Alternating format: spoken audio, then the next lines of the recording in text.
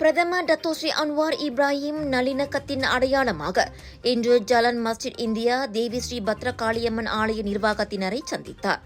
Jekyll குழுமத்துக்கு சொந்தமான அந்த நிலத்தில் புதிதாக கட்டப்படவிருக்கும் மடானி பள்ளிவாசலுக்கு அடிக்கல் நாட்டிய பிறகு டத்தோஸ்ரீ அன்வார் அந்த கோவிலுக்கு வருகை மேற்கொண்டார்.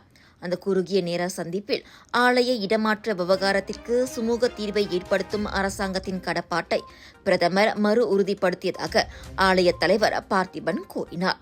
நாம் அனைவரும் ஒரே குடும்பமாக நல்லிணக்கத்தோடு வாழ வேண்டும்.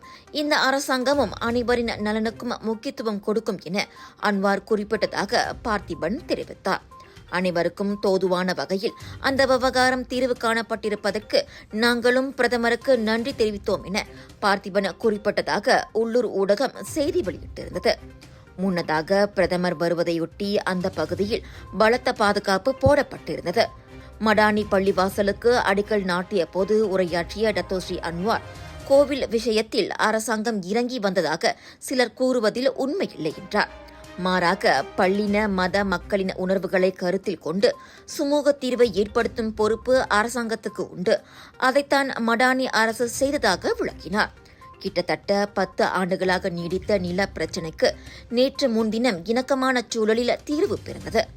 50 மீட்டர் தொலைவில் அருகிலுள்ள இடத்திற்கு மாற ஆலய நிர்வாகம் ஒப்புக்கொண்டதே அதற்கு காரணம். ஆலயம் இடமாறும் வரை தற்போதுள்ள இடத்திலேயே தொடர்ந்து செயல்பட்டு வரும் என்றும் உத்தரவாதம் அளிக்கப்பட்டுள்ளது. 2014ஆம் ஆண்டு ஆலய நிர்வாகத்திற்கு தெரியாமல் டிபிகேலிடமிருந்து அந்நிலத்தை ஜேக்கல் குழுமம் வாங்கியதாக முன்னதாக குற்றச்சாட்டு எழுந்தது குறிப்பிடத்தக்கது.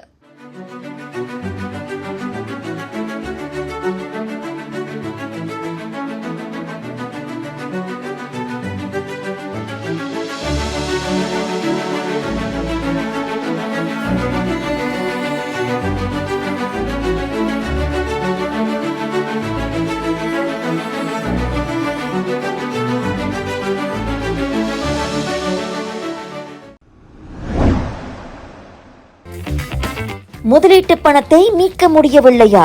கடன் கொடுத்து மாட்டிக்கொண்டீர்களா? அணுகுங்கள் S7 ரிகவரி.